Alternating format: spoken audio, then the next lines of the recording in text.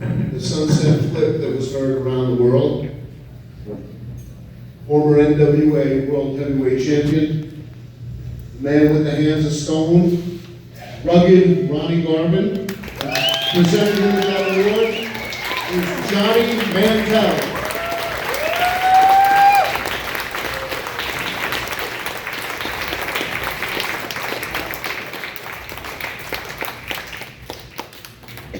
So earlier, I told the story about meeting Bob Root and getting to visit with him and hear the story about my brother Kenny. When we went to Florida that summer, he got a trip to go, his first trip to Japan. So my mom and dad flew me to Florida to hang out with Kenny for about a month. And while I was there, I met a guy by the name of Ronnie Garvin as a kid. I don't remember if he was on the boat the day that Leo Garibaldi took us all out to the ocean. We went onto the boat, hung out. But I always remember that meeting of Ronnie Garvin and then watching him wrestle in the ring. He was like a master technician in the ring. And I'm 7 or 8 years old. And I never saw him again throughout my career until, 4 or 5 years ago we met at Scott Teal's reunion that he does in Tennessee. And it was like, when I sat down with him, it was such an honor to visit with him and to hear his story because he remembered meeting me as a kid. So tonight, it's such an honor to be able to say that the hands of stone, Ronnie Garvin, is being inducted into the Professional Wrestling Hall of Fame. Congratulations.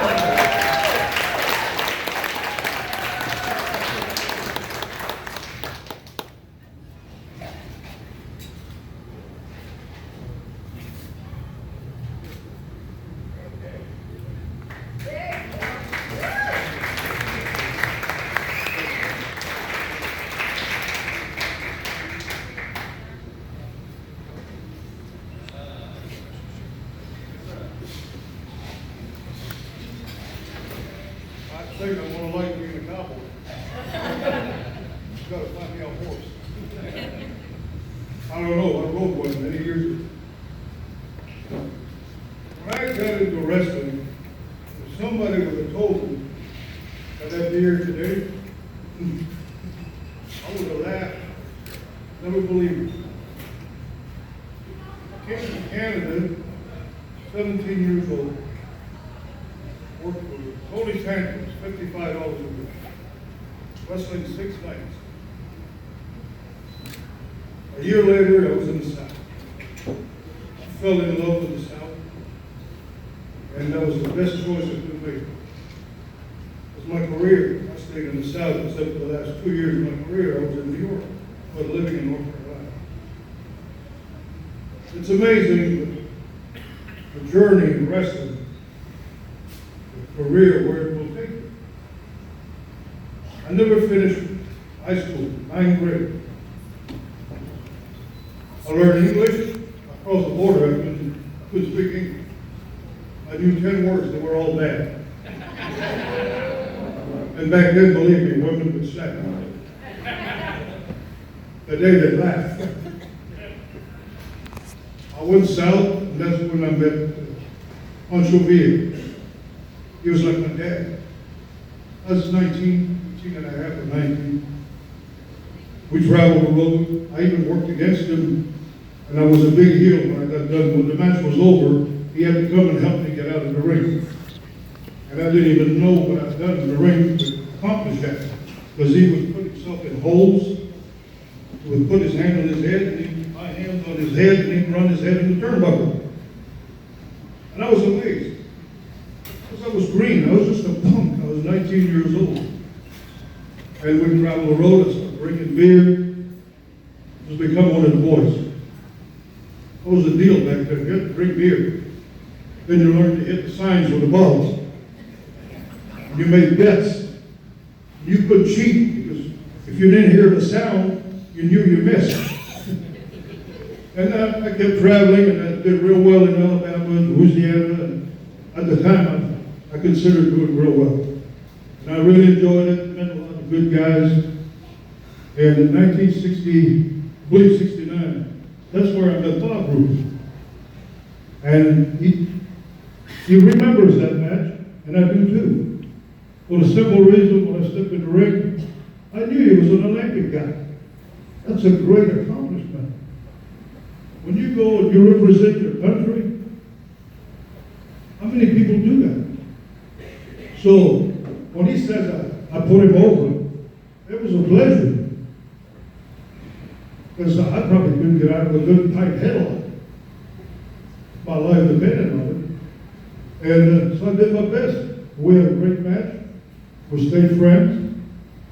Abdullah, I met him a long time ago, I can't remember, I think 67. About the same time, maybe before Ruth. He liked my driver. He really liked my driver. He still talks about it today. I think he wanted to be in the back seat. But we stayed in touch. We run into each other.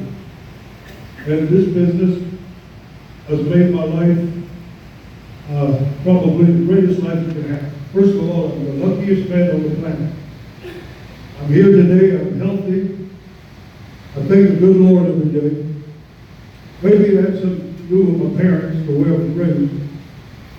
I learned English a little bit. If you have a hard time understanding, let me know. Sometimes people say, where are you from? Yes, because I don't say A, because I did not learn English in Canada. I learned it in the South. That hey will give you away, being Canadian. So I want to say thank you very much to Johnny Mantel, to everybody that has anything to do with this Hall of Fame. Great job, you people do. It's unbelievable. When I walked in here the first day, I just couldn't believe my eyes. And I tried to tell my wife, I said, I'll have to be home before I can explain it to you. To be fair, because it's almost unexplainable. I want to bring her next time. Next year, I'm going to bring my wife and show her this Hall of Fame.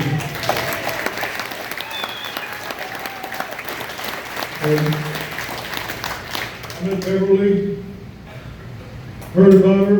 I don't remember ever running into her. And she's such a classy lady.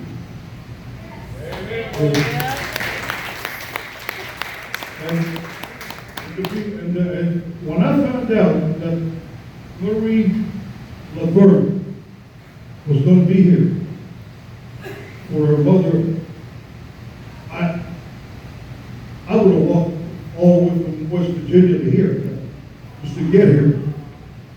Because I didn't see them. She was a little girl. She was about 8 years old. And her brother was 7 or 8, 9. Anyway, that was the last time I'd seen them. And I knew them like it was a family with us. So it was a great honor to come here and just to be with people, to be with Abby, to be with Bruce, to be with and you all. You're the greatest people in the world. We're just a big family. Like Bruce says, you're my family. And I'll bring my wife next year to show her this, and so she can really appreciate it. Because you got to be here to appreciate this. You can't describe that just with words. So anyway, I know I'm well known for long speeches, so I won't bore you anymore. Good night. Thank you very much. God bless you all.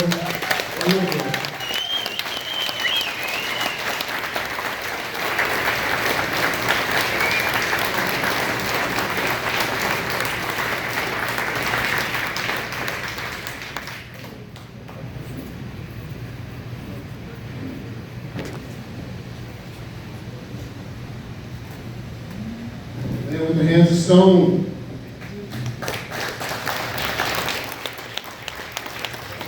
Ronnie Garvin stop in a minute.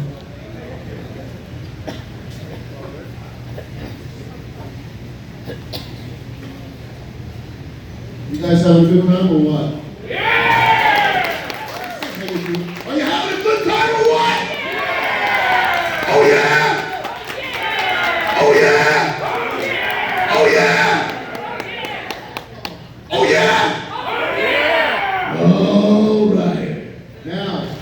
really